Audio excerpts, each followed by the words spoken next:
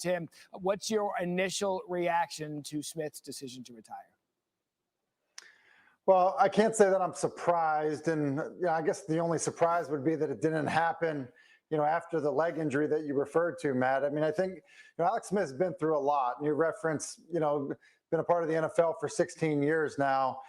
Look, that's a long career, something to be really, really proud of, even as a #1 overall pick. Doesn't win a Super Bowl, but accomplished a lot in his career. And I think in many regards, Matt was, for a long time, maybe one of the more underappreciated quarterbacks in the National Football League.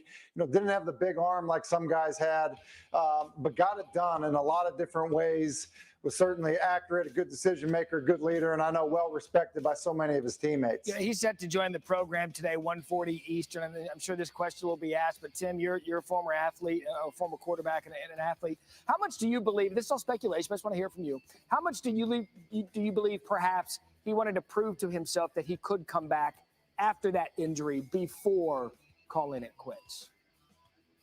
I don't think there's any doubt that there's a competitive nature in many guys, and I'm sure with Alex that was part of it. 17 surgeries, and obviously we know it's been well documented how significant the situation was, and potentially losing his leg. I mean, that's where he was. And Matt, to put it in perspective, he had already made $150 million playing football at that point.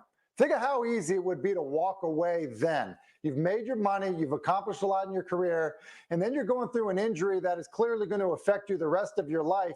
Walking away at that point, nobody, and I mean nobody, would have questioned his toughness, his desire, anything like that. And that's what I think was so remarkable about his decision to come back and try to play. And oh, by the way, go 5-1 as a starter this past season. It's incredible what he did. Yeah, when you look back at his career, I'm not a big in-career legacy guy, but now that we know the career has come to an end, what will stand out most to you with Alex Smith? That comeback. And I mean that. I don't think it can be overstated. Look, he's not going to go down as one of the all-time greats. I think many people will look at it and say, look, as far as #1 overall draft picks go, maybe didn't live up to what the expectations were when you go #1 overall. That being said, if you play in the league as long as he played in the league and you have the success that he had, and then you accomplish what he did in terms of that comeback, that's what sticks out to me the most. And I know that there isn't a single guy that's ever put on a helmet or a pair of shoulder pads that doesn't have a ton of respect for what Alex Smith did in that comeback. And I think, Matt, I've referenced him maybe being an underappreciated player for much of his career. I think that in many ways his comeback changed the narrative and how people maybe, outside looking in view Alex Smith. Again, Alex Smith will join the show today, 1:40 p.m. Eastern. Really an odd juxtaposition here, Tim, when you think about it.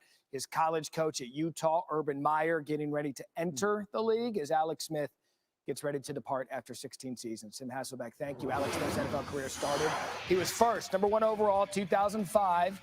More famous for being picked. Well, we saw that Aaron Rodgers video throughout the night.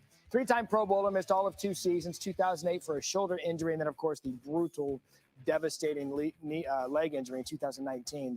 And, of course, he came back to win Comeback Player of the Year in 2020.